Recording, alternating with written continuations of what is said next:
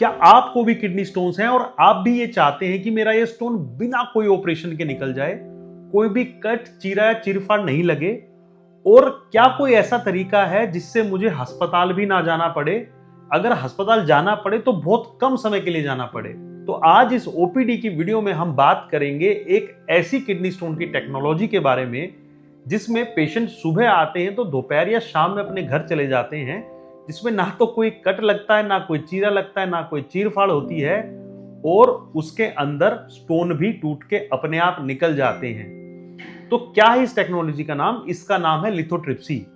बहुत सारे लोगों के दिमाग में बहुत सारे सवाल होते हैं, हमसे ओपीडी में पूछे जाते हैं कि सर ये साउंड वेव ट्रीटमेंट कैसा ट्रीटमेंट होता है, ये कैसे किया जाता है, इससे कोई साइड इफेक्ट भी होते हैं क्या, और क्या इसमें वाकई में पत्थर निकलता है, इसमें क्या दिक्कतें आती हैं?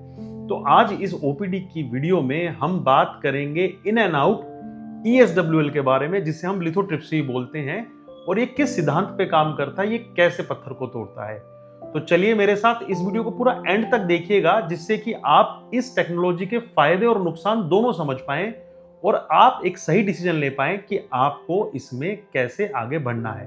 नमस्कार, मेरा नाम है डॉक्टर दीपांशु गुप्ता। मैं एक सीनियर यूरोलॉजिस्ट हूं क्योर स्टोन के साथ। चलिए इस वीडियो को शुरू करते हैं।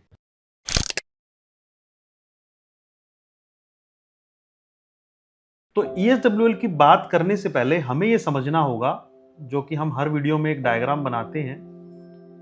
ये हमारी किडनी होती है। किडनी हमारे शरीर में एक फिल्टर के जैसे काम करती है। जैसे घरों में फिल्टर होता है, आरओ होता है, ठीक वैसे ही हमारे शरीर में भी ये एक आरओ फिट करके ईश्वर ने भेजा है। और ये हमारी किडनी इस प्रकार से होती है, यूरिनरी सिस्टम। तो किडनी का एक ही काम है, ये हमारे खून को साफ करती है। हमारा जो ब्लड है, इस ब्लड के अंदर लगभग 300 से लेके 400 केमिकल ये हर दिन बन के हमारे ब्लड में आते रहते हैं। नंबर और ज्यादा हो सकता है, ये मैं आपके सिर्फ समझने के लिए बता रहा हूं। तो ये केमिकल जो हैं, ये बेसिकली वेस्ट केमिकल्स होते हैं, जो कि हमारी बॉडी बनाती है और हमारे ब्लड में धकेल देती है। इससे निजात पाने के लिए हमारा ब्लड जाता है हमारे फिल्टर के पास। फिल्टर है किडनी। अब किडनी का जो ये बाहर वाला हिस्सा है, ये जो बाहर वाला हिस्सा आप देख रहे हैं, ये पूरा का पूरा, अगर मैं इसको ऐसे मार्क करूं, तो इस बाहर वाले हिस्से में लगभग 10 से लेकर 15 लाख फिल्टर होते हैं, जिन्हें हम नेफ्रॉन्स बोलते हैं। तो सारा का सारा ब्लड जाता है, इन छोटे छोटे फिल्टरों में छनता है, साफ खून शरीर को वापस मिल जाता है। और जो कचरा होता है, वो ही पेशाब होता है, वो इन एरियाज से निकलकर बाहर आ जाता है। जो ये वाले एरियाज हैं, इनसे सारा पेशाब हमारा आ जाता है सबसे पहले इस जगह पर, जिसे हम पेल्विस बोलते हैं। इस एरिया को पेल्विस बोलते हैं। और फिर यहां से होता हुआ सारा पेशाब हमारे पेशाब की थैली तक आ जाता है, जिसे हम ब्लैडर बोलते हैं। अब ये जो पाइप है, यही किडनी स्टोन्स के निकलने में सबसे ज्यादा बड़ी विलेन आप इसको बोल सकते हैं। इसको यूरेटर बोला जाता है, और इसकी चौड़ाई लगभग, एक एवरेज चौड़ाई में बोलूं तो 3 से 4 मिलीमीटर की होती है। अब हमारे जितने भी स्टोन्स हैं, वो सारे के सारे इस एरिया में बनते हैं। जो ये वाला एरिया है, इसी में ही हमारे सारे स्टोन्स बनते हैं। इसी एरिया के अंदर मैक्सिमम स्टोन्स फॉर्म होते हैं। स्टोन क्यों फॉर्म होते हैं, उसका एक सिंपल सी चीज बताऊं। कुछ केमिकल आपकी बॉडी में, 2 से लेकर 3 केमिकल, ये आपकी बॉडी ज्यादा फॉर्म करती है और यूरिन में धकेलती है, जैसे कि कैल्शियम ऑक्सलेट या फिर यूरिक एसिड। मेजॉरिटी लोगों में इन्हीं से ही किडनी स्टोन्स बनते हैं। ये आपकी बॉडी ज्यादा बना रही है, या फिर ये आपकी यूरिन में ज्यादा बन रहा है और यूरिन में ज्यादा हो रहा है। अब जैसे पानी का ग्लास अपन ने ले लिया, ये पानी का ग्लास है, इसमें पानी भरा हुआ है। इसमें अगर मैंने थोड़ा सा नमक डाल दिया तो नमक घुल जाएगा। नमक की मात्रा अगर बढ़ा दी तो नमक घुलेगा नहीं, सारा का सारा नमक जो है वो नीचे जाके बैठ जाएगा। कि नॉर्मल पानी के ग्लास में यही होगा। सेम ऐसा ही आपकी किडनी के इस हिस्से में होता है। ये जो ब्लड है, इसके अंदर ये केमिकल ज्यादा हैं, या फिर यूरिन में ये केमिकल ज्यादा हो जाते हैं, और इतने ज्यादा हो जाते हैं कि वो इसमें डिजोल्व फॉर्म में, हमारे पेशाब में वो डिजोल्व फॉर्म में नहीं रह पाते हैं। तो वो जाकर नीचे हमारी किडनी के अलग अलग एरियाज में जाकर बैठ जाते हैं। किडनी के 3 अलग अलग एरियाज कौन से हो गए? ये हो गया अपर पोल या अपर कैलिक्स, ये मिडिल कैलिक्स और ये लोअर कैलिक्स। तो किसी में भी जाकर वो बैठ जाएंगे या फिर यहां से टूटकर वो पेल्विस में आ जाएंगे या फिर यूरेटर में आ जाएंगे। तो ये एक नॉर्मल सी किडनी स्टोन के बनने की कहानी है। अब हम, क्योंकि टॉपिक वीडियो का हमारा लिथोट्रिप्सी है, तो सबसे पहले जानते हैं कि लिथोट्रिप्सी में हम करते क्या हैं। हम क्या करते हैं इसमें, अगर मैं एक अलग से डायग्राम बना के दिखाऊं, तो ये हमारी किडनी है और ये इसके साथ पाइप है। तो ये हमारी किडनी है और इसके बाहर में ये हमारी चमड़ी है। हमारी किडनी हमारे बैक की तरफ होती है और ये हमारी स्किन लेवल है। तो हम ESWL में क्या करते हैं कि इस स्किन के ऊपर एक गुब्बारे को टच करवा देते हैं। एक ये गुब्बारा है, ये इस स्किन के ऊपर लगा दिया जाता है। किडनी अंदर है, इसके बीच में मसल्स हैं, यहाँ पे मांसपेशियां हैं।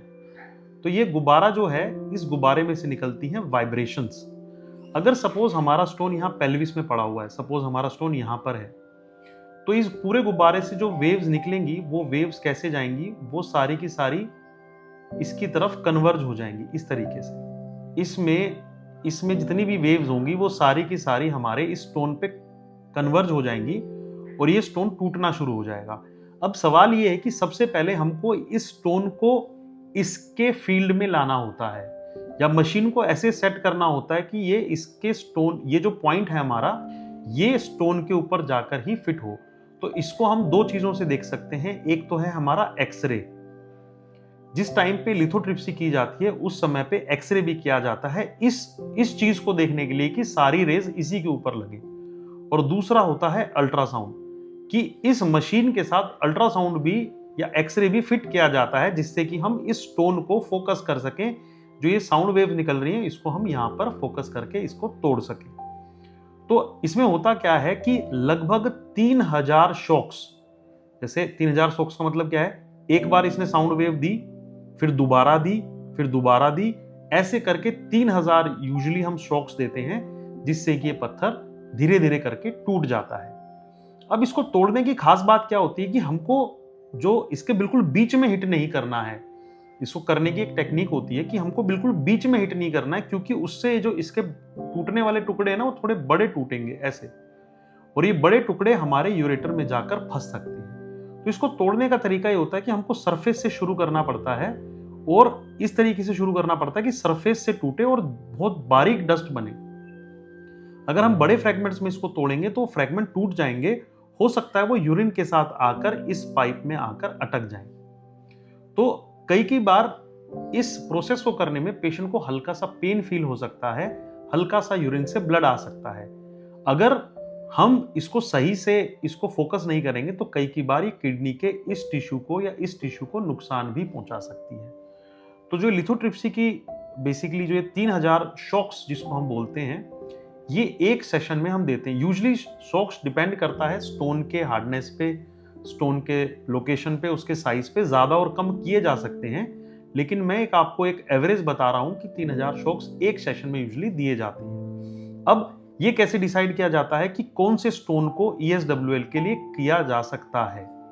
तो सबसे पहली चीज तो ये है कि स्टोन का जो एक हाउसफील्ड यूनिट होता है, मतलब इसको आप हार्डनेस यूनिट भी बोल सकते हैं, वैसे इसका जो सही अनुवाद है वो हाउसफील्ड यूनिट होता है।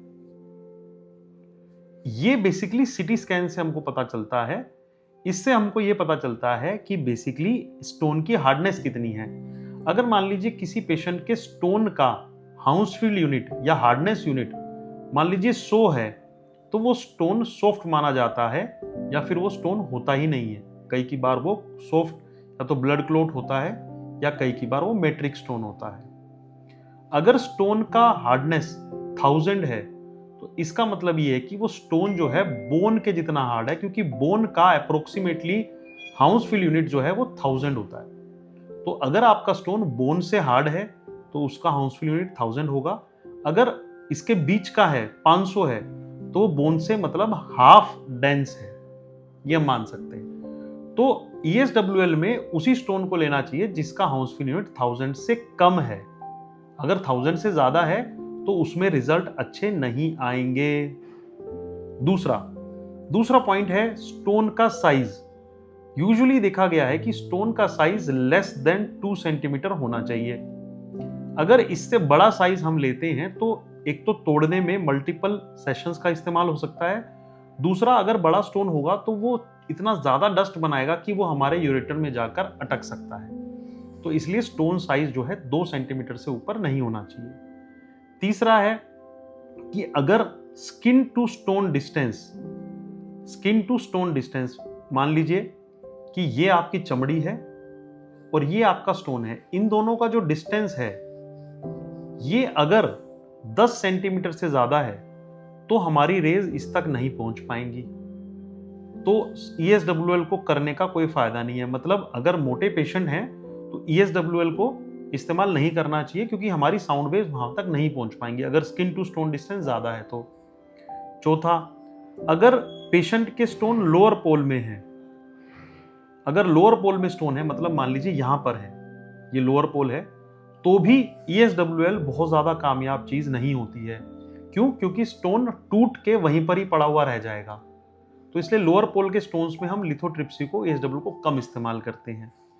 अगर स्टोन का साइज बहुत ही छोटा है, मान लीजिए 5 mm है या 8 mm है, तो इन स्टोन्स के लिए भी ESWL अच्छी चीज नहीं है क्योंकि ये स्टोन अच्छे से विजुलाइज नहीं होते हैं। एक्सरे पे या अल्ट्रासाउंड पे ये स्टोन अच्छे से विजुलाइज भी नहीं होते हैं। दूसरा, जब इन पे पहली एक साउंड वेव लगती है तो ये स्टोन जो है अपनी लोकेशन को चेंज कर देते हैं। छठा, अगर पेशेंट प्रेग्नेंट हैं